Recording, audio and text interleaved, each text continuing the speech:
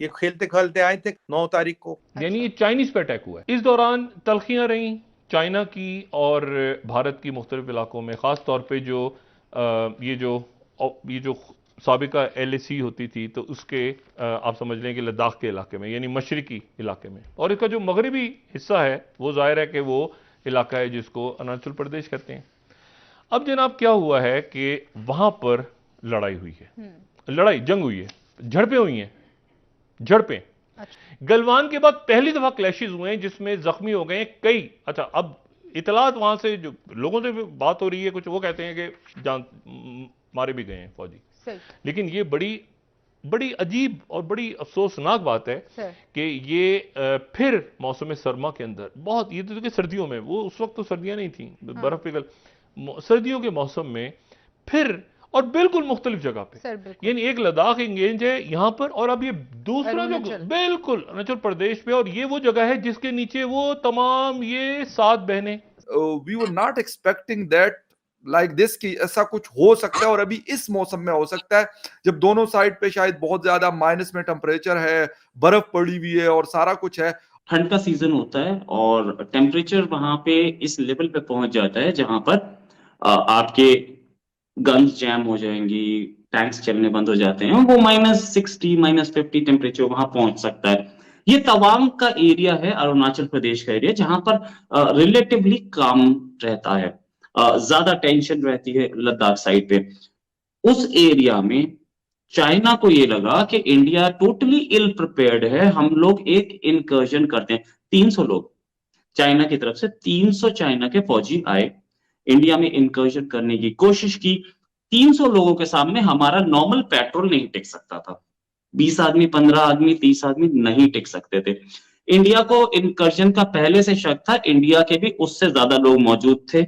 दोनों के बीच में क्लैश हुआ और क्लैश में कुछ लोग इंजर्ड, इंडिया के कुछ सैनिक इंजर्ड। जितनी इंडिया की तरफ इंजर्ड की संख्या है या नंबर्स हैं, उससे कई गुना ज्यादा चाइनीज साइड है, ये भी बताया गया। चाइना हर बार चुप रहता है। चाइना को पिछली बार भी एक मुंहतोड़ जवाब दिया था जिसमें चाइना ने 100 से ज्यादा चाइना की तरफ से कैजुअलिटी थी, जो इंटरनेशनल रिपोर्ट्स थी। चाइना ने कैजुअलिटी एक्सेप्ट बहुत बाद में की। अब ये देखने वाली बात है कि 300 अगर आए थे, 300 से भिड़ कितने लोग सकते थे?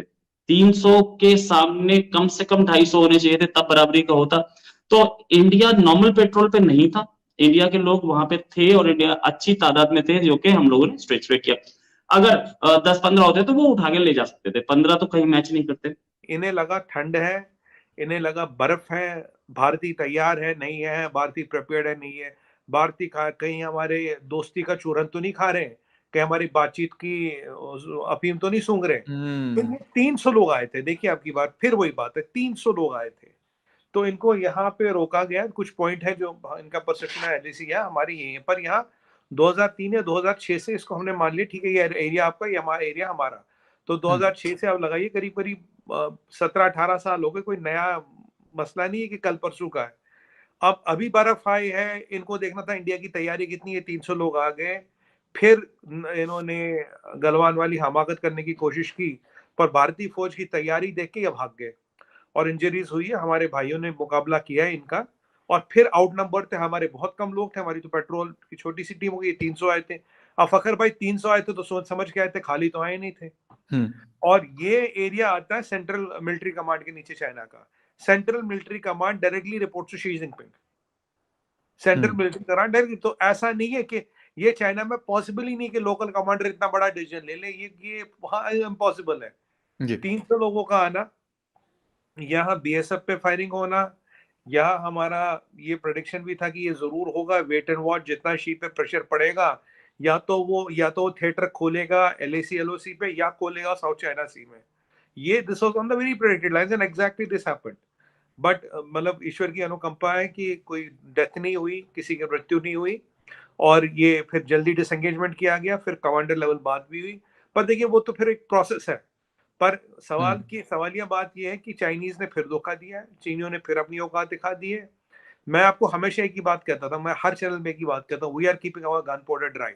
लेकिन that is the only way to handle China, power is the only way to handle China, there is no other way. ये हुआ क्यों? China is an expansionist force. China हमेशा एक्सपेंशन करने की कोशिश करता रहता है। लद्दाख में भी घुसने की कोशिश करता है। कुछ दिन पहले उत्तराखंड एरिया में भी हमने देखा, अब तवांग में देखा, ये एंट्री मारते हैं और एंट्री मार के दूसरे के एरिया पे कब्जा करने की कोशिश करते हैं। तो इंडिया पहले भी मुंह तोड़ जवाब दे चुका, अब भी दिया दूसरी बार, सेकेंड टाइम अराउंड।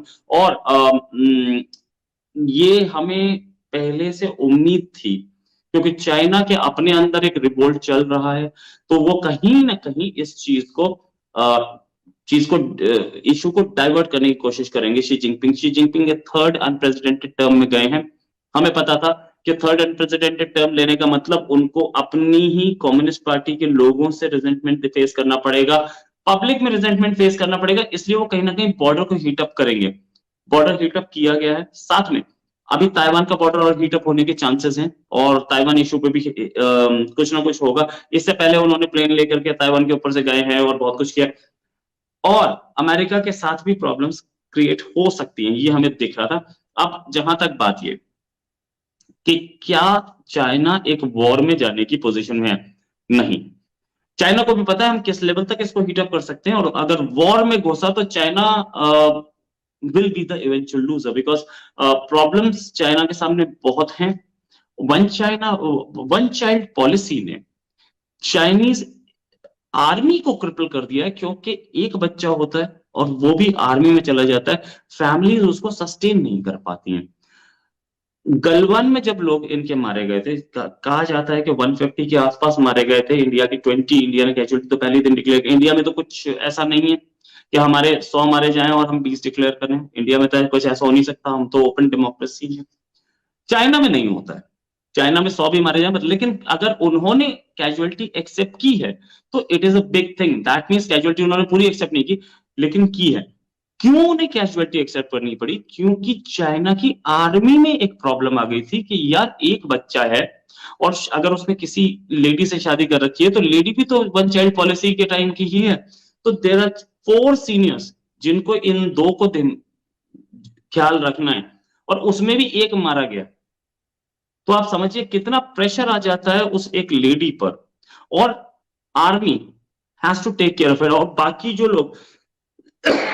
बाकी जो लोग आर्मी में काम कर रहे हैं उनको भी ये दिखता है कि कल यही प्रॉब्लम हमारे सामने आ सकती है कि if we go for this kind of a war.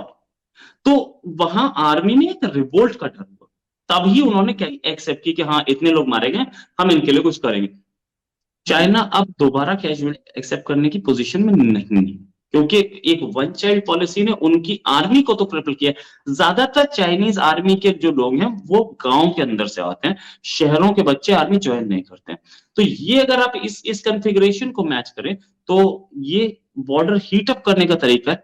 इस बार हमारे पास भी मैसिव फोर्स थी, 200-300 आदमी, और उनके पास भी 200-300 आदमी। कहा यह भी जा रहा है कि इंडिया आउटनंबर कर रहा था, हालांकि उनकी तरफ से एक सरप्राइज इनकर्जन थी, लेकिन इंडिया आउटनंबर कर रहा था। सर्दी का मौसम है, टेम्परेचर माइनस में है, फिर भी कैजुअलिटी नहीं हुई है। उससे ये बात तो पता चल रहा है कि इसको 200-300 आदमी पे उस एग्रीवेटेड लेवल तक नहीं ले जाना चाह रहे थे जहां पे कोई कैजुअलिटी हो, या पीछे से कहीं से एक वो था, एक इंस्ट्रक्शन थी कि कोई मरना नहीं चाहिए, अगर एक इंडिया का मरा तो हमारे भी मारे जाएंगे, ये भी था।